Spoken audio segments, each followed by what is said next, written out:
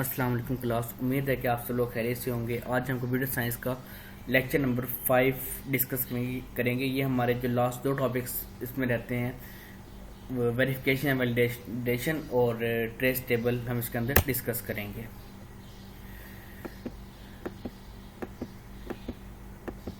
Detail से पहले हर lectures के अंदर आप देख रहे हैं, किसी प्रॉब्लम के लिए आप कॉन्टैक्ट कर सकते हैं। मेरा ईमेल गिवन है और कॉन्टैक्ट नंबर भी गिवन है।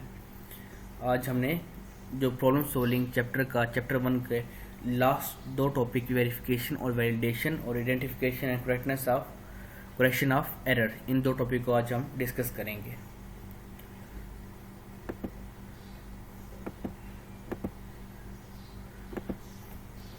सबसे पहले वेरिफिकेशन एंड वैलिडेशन। वेरिफिकेशन क्या होती है? वेरिफिकेशन का वेरीफाई करना, वेरीफाई से निकला है जब भी आप कोई भी मालूमात लेते हैं, उसको आप देखते हैं कि मालूमात सही है या नहीं है, या कोई भी डाटा है उसको वेरीफाई करते हैं कि ये चीज़ सही है या गलत है। Verification mean to test if the solution is actually solving the same problem for which it was design. Verification में ये का मतलब ये है कि आपने ये देखना है कि जो आप सोल्यूशन बना रहे हैं एक्चुअली वो उसी प्रॉब्लम को सेम सोल्यूशन दे रहा है। ऐसा तो नहीं है कि आपने जो प्रॉब्लम थी प्लस की और जो हमारा सोल्यूशन है वो क्या मल्टीप्लाई कर रहा है। Verification mean to test if the solution is actually solving the same problem for which it was design. Verification का यही मतलब है कि उसको ये सोल्यूशन को ये चेक करना कि वो हमारा सेम प्रॉब्लम जो है उसके लिए बनाया गया उसका सोल्यूशन दे रहा है कि किसी और को दे रहा है। For example, if you are asked to give a solution for calculating compound interest, then verification means to know that if it is giving result to compound interest not for the plain interest। इस same example दी है कि अगर आपको कहा जाए कि एक compound interest calculate करना है तो वेरिफिकेशन का मतलब ये होगा कि आपको कंपाउंड इंटरेस्ट दिया जाए, कभी ऐसा ना को प्लेन इंटरेस्ट दे रहा हो। अगर जो प्रॉब्लम है उसका ही सोल्यूशन वो बताए तो वो क्या होगा, हमारा वेरिफिकेशन होगा, उसको वेरीफाई कर लेंगे हम। अब जो इसका नेक्स्ट टॉपिक है वो है जी validation. Validation mean to test what the solution is correct और नॉट। वैलिडेशन का मतलब ये है कि अपने सोल्यूशन को ये देखना है कि सोल्यूशन हमारा सही है या नहीं है। उसमें वेरीफाई करना है कि हमारा वेरिफिकेशन में वेरीफाई करना है कि वाकई जो हमारा सोल्यूशन था, उसका जो प्रॉब्लम था उसका वही सोल्यूशन है, और इसमें ये देखना है कि जो हमारे सोल्यूशन है वो सही है या गलत है। For example, if you are asked to give a solution for calculating compound interest, then validation means to know whether it is finding the correct compound interest or not। इस तरह से एग्जांपल दी कि कंपाउंड इंटरेस्ट को calculate करना है। Validation में ये देखना है कि जो कंपाउंड इंटरेस्ट को कैलकुलेट कर रहा है, लेकिन साथ ये भी देखना है कि कंपाउंड इंटरेस्ट को सही से कैलकुलेट भी कर रहा है, कि ऐसा तो नहीं वो हमारा वैल्यूज को चेंज कर दे, वो रिजल्ट एक्चुअल रिजल्ट ना दे रहा हो, कुछ कैलकुलेशन मिस्टेक कर रहा हो। मतलब कि हमारा जो प्रॉब्लम था उसका सोल्यूशन तो वही है, वेरीफाई हो गया, लेकिन वैलिडेट का मतलब ये होगा कि इसके एक्चुअल 100% रिजल्ट वही आना चाहिए जो कि एक्चुअल बनता है result. If a solution is verified that it is validate with the help of test data as discuss in previous data. अगर सोल्यूशन वेरीफाइड हो गया तो उसको क्या करेंगे, वैलिडेट कर देंगे टेस्ट डाटा के ऊपर से, कोई भी डाटा टेस्ट कर लेंगे उसके ऊपर से। ये था जो हमारा वेरिफिकेशन एंड वैलिडेशन। इसमें एग्जांपल दिए, let's assume that you are go to pizza shop and order a chicken pizza.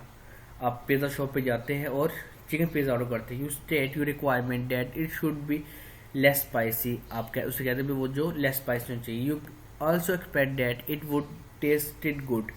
आप ये भी एक्सपेक्ट कर रहे होते हैं कि उसका टेस्ट गुड हो, अच्छा हो। When the pizza arrives, you can observe that it is chicken pizza. This is called verification। जब पिज़्ज़ा आता है तो आप ये ऑब्जर्व करते हैं कि ये वाकई चिकन पिज़्ज़ा है, और अगर वो वाकई चिकन पिज़्ज़ा है तो क्या हो गया, आपका डाटा वेरीफाई हो गया, वेरिफिकेशन हो गई। Know when you eat the pizza, अब क्या कर रहे हैं, आप पिज़्ज़ा को खा रहे हैं तो आपने ये देखना है कि ये लेस स्पाइसी है नहीं है, और इसका टेस्ट अच्छा है या नहीं है। अगर आपके लेस स्पाइसी भी है और टेस्ट भी गुड है तो आपकी क्या हो जाएगी, ये वैलिडेशन हो जाएगी। इस एग्जांपल 2 दी गई है, let's assume that you are asked to write an algorithm that take as input the list of number. एक ऐसा एल्गोरिथम लिखें जो कि नंबर लिस्ट ऑफ नंबर को ले रहा हो। The algorithm should display the list arrange in ascending order, और उसको असेंडिंग ऑर्डर से दिखा रहा हो। After writing the algorithm, you submit it to your teacher. Your teacher provides a list of number of the algorithm. आप teacher को देते हैं, टीचर क्या करता है जी, उस एल्गोरिथम पे कोई भी लिस्ट अप्लाई करता है. If your algorithm display a list of number then it is verified. अगर वो आपका एल्गोरिथम क्या कर रहा है जी, लिस्ट नंबर ऑफ लिस्ट दे रहा है, वो आपका वेरीफाइड हो गया. और लेकिन उसके अंदर आपकी सेग्रीगेशन क्या है कि असेंडिंग ऑर्डर में हो. जब लिस्ट ऑफ नंबर तो दे रहा है वो आपका वेरीफाई हो गया, वो मतलब आपको नंबर लिस्ट शो कर रहा है. लेकिन आपने उसके अंदर ये भी देखना है कि जो हमारा रिजल्ट है जो एक्चुअल में सही आ रहा है, उसमें कोई मिस्टेक्स आ रही हैं. मतलब कि असेंडिंग ऑर्डर से तो आ रहा है ना, अगर असेंडिंग ऑर्डर से आ रहा है तो वो आपका क्या होगा, वैलिडेट हो गया. अगर असेंडिंग ऑर्डर से नहीं आ रहा तो उसमें कोई एलिमेंट मिसिंग है तो वो आपका वैलिडेट नहीं होगा. मतलब उसमें वैलिडेट तो है लेकिन उसमें कुछ मिस्टेक्स हैं. अब हम करेंगे 1.6 identification and correction of errors. If an algorithm is fail during verification then it is important to identify the root cause. अगर एल्गोरिथम फेल हो जाए वेरिफिकेशन के दौरान तो हमारे लिए क्या है जी, हमारे लिए ये ज़रूरी है कि उसकी जो वजह है फेलियर की उसको हम तलाश करें and then to correct it, और उसको क्या करें, करेक्ट करें, उसको सही करें. Sometime the error is logical. Sometime क्या होता है, जो हमारी लॉजिक्स होती हैं वो उसमें एरर होता है. It mean the solution is working but not giving required result. इसका मतलब क्या होगा कि हमारा सोल्यूशन तो वर्क कर रहा है लेकिन जो हमारा रिक्वायर्ड रिजल्ट है वो हमें प्रोवाइड नहीं कर रहा. For example to recruit student for our school volleyball team. हमने अपने स्कूल के वो स्टूडेंट्स को रिक्रूट लेना है, वो स्टूडेंट उठाने हैं जो कि वॉलीबॉल टीम हमारी उसमें से स्टूडेंट्स को रिक्रूट करना है. We need students having height between 144 cm and 164 cm. हमने क्या करना है जी, उसके अंदर से वो स्टूडेंट्स उठाएं जिनकी हाइट्स 144 सेंटीमीटर से लेके 164 सेंटीमीटर तक हो. To count qualified students we develop the following algorithm. तो उसके काउंट करने के लिए हम क्या करेंगे कि हम एल्गोरिथम लगाएंगे जो कि हमें मुकम्मल तौर पे काउंट दे देगा. स्टेप 1 एल्गोरिथम देंगे, स्टार्ट होगा, सेट काउंट 0 से होगा और सेट ऑल हाइट. हमने सेट हाइट सेलेक्ट कर दी कि जिनके 154 140 155 164 144 160 143 166 मतलब आपने तमाम स्टूडेंट्स जिनका जो थे उनको आपने रिक्रूट कर लिया और आपने उनको एक list they the. For each height in the listed all Heights, मतलब आपने वॉलीबॉल की टीम में से तमाम स्टूडेंट्स उठा लिए, ये आपकी वॉलीबॉल टीम के स्टूडेंट्स हैं और इनकी हाइट ये है. लेकिन हमने इसके ऊपर कंडीशन लगानी है जिनकी हाइट 144 से ज़्यादा और 164 से कम हो. तो इसके लिए इफ़ यूज़ करेंगे, if height is greater than 144 and height is या तो लेस हो 164 से या क्या हो, इक्वल हो, then set count to count +1. और क्या करें, वो हर मतलब 144 से मैं एक काउंट करता जाए, वो देखता जाए कि इसमें किस किस की है. पहले 144 चेक करेगा, मौजूद है तो ठीक है, अगर मौजूद नहीं है तो उसमें 144 +1 145 चेक करेगा, 146 तरह वो चलता जाएगा. आउटपुट काउंट होगी और स्टेप 7 क्या है जी, हमारा स्टॉप वो ख़त्म हो जाएगा. The above algorithm work but does not count all student. जो ऊपर का एल्गोरिथम है वो वर्क कर रहा है लेकिन हमारे क्या करें, तमाम स्टूडेंट्स को काउंट नहीं कर रहा है कितने स्टूडेंट्स हैं.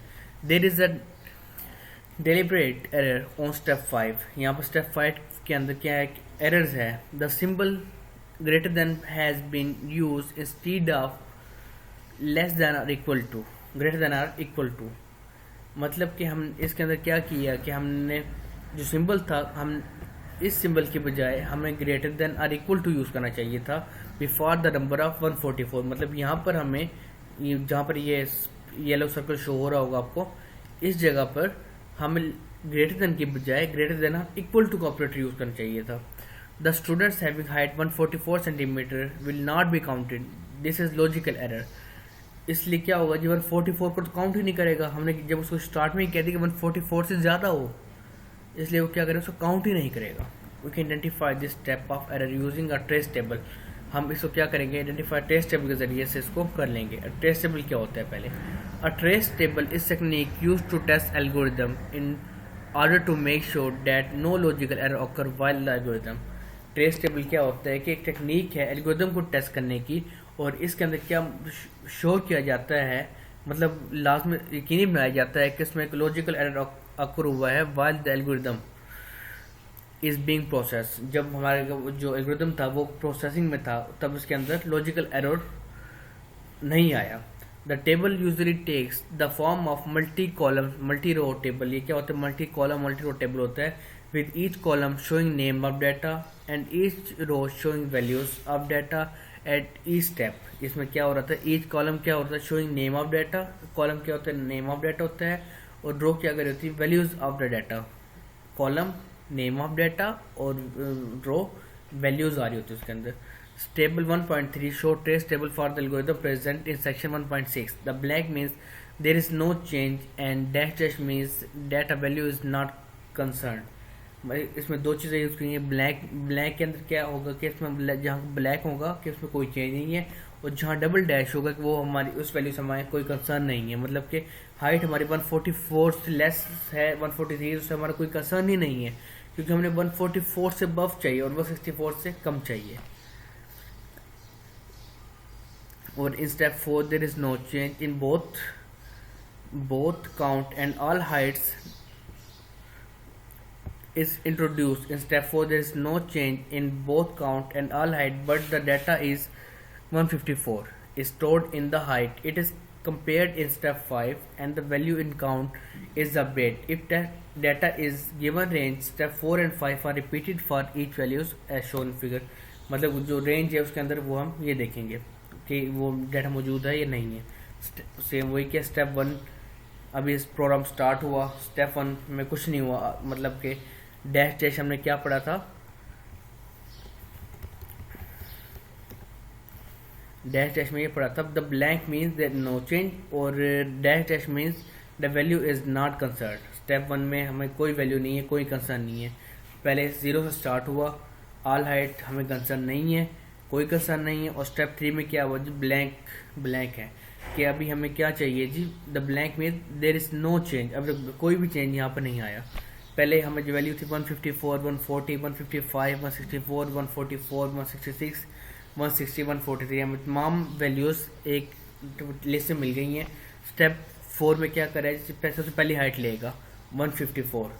154 की जब वो उसने हाइट ली, 154 की जब वो हाइट ले रहा है तो हमारे पास 1 काउंट हो जाएगा, ओके हो जाएगा। उसके बाद स्टेप दोबारा से स्टेप 4 रिपीट होगा। स्टेप 4 रिपीट होगा तो क्या होगा जी? 140 ले गए, जो हमारी सेकंड वैल्यू है। 140 हमारी क्या थी जी? वैल्यू गलत है, क्योंकि हमें सिर्फ 144 या 140 से अबव वाले चाहिए। 144 या 144 से अबव वाले चाहिए, तो वो वैल्यू सेम वही रहेगी, वैल्यू वहाँ से आगे नहीं बढ़ेगी। तो वो वहाँ पर काउंट क्या होगा? 1 ही काउंट होगा। इसी तरह नेक्स्ट वैल्यू 155 है।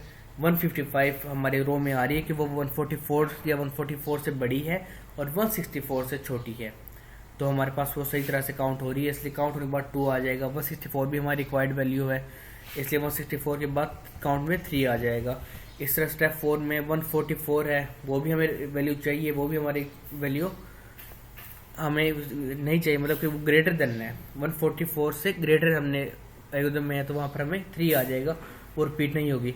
166 क्योंकि हमें ठीक है जी, 166 भी हम ले सकते हैं। फिर दोबारा स्टेप 4 रिपीट होगा 160, ये भी 144 से ग्रेटर है, तो ये हमारा काउंट हो जाएगा 160। इसी तरह जो लास्ट वैल्यू है 143, वो हमारी 144 से छोटी है, इसलिए वो वहाँ पर ही मूव करेगा, वो वहाँ से आगे मूव नहीं करेगा। ये अच्छा जी ट्रेसिंग टेबल। इसके अंदर ये करते हैं कि जो हमारा डाटा है उसको चेक कर रहे हैं कि हमारा डाटा ये सही काम कर रहा है या सही काम नहीं कर रहा। उसके बाद है using invalid data for testing. Invalid data है उसको हमने टेस्टिंग के लिए यूज़ करना हो। Testing an algorithm using invalid data ensure that the algorithm can gracefully handle unexpected data inputs. जो एल्गोरिथम को जब भी हमने टेस्ट करना हो इनवैलिड डाटा के साथ, तो हमें ये इंश्योर होना चाहिए कि एल्गोरिथम जो है वो जो अनएक्सपेक्टेड डाटा इनपुट है उसको हैंडल कर सकता हो। मतलब कि ऐसा ना हो कि हम कोई भी गलत इनपुट दें प्रोग्राम पागल हो जाए, मतलब उसको कुछ समझ ही ना आए, वो बंद हो जाए या कंप्यूटर को हैंग कर दे। ऐसा नहीं होना चाहिए। उसको हमें एरर शो करे कि आपको ये डाटा इनवैलिड है, आप इस डाटा की जगह ये डाटा यूज़ करें। If an algorithm require your age in number of days but you give date of birth as input, then the algorithm may not for properly। या आप फॉर एग्जांपल आपका जो एल्गोरिथम है वो आपसे आपकी एज पूछे, लेकिन आप क्या करते हैं उसको डेट ऑफ बर्थ दे देते हैं, तो ये आपका क्या होगा? सॉफ्टवेयर प्रॉपरली वर्क नहीं करेगा, वो कहेगा आपका डाटा इनवैलिड है।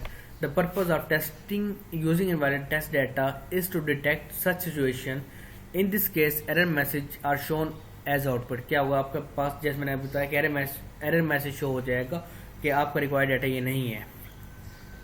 Moreover, this kind of testing help you to improve the quality of solution. आप अगर इस तरह से होगा तो ये आपका solution की क्वालिटी को improve करने काम आएगा.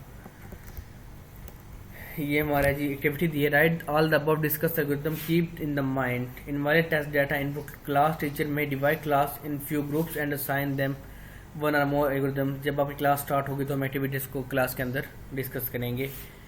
ये इसकी समरी. ये हमारा चैप्टर आज एंड हो गया है.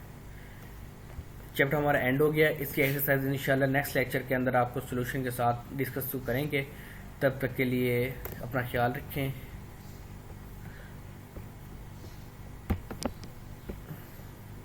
Allah Hafiz and thanks.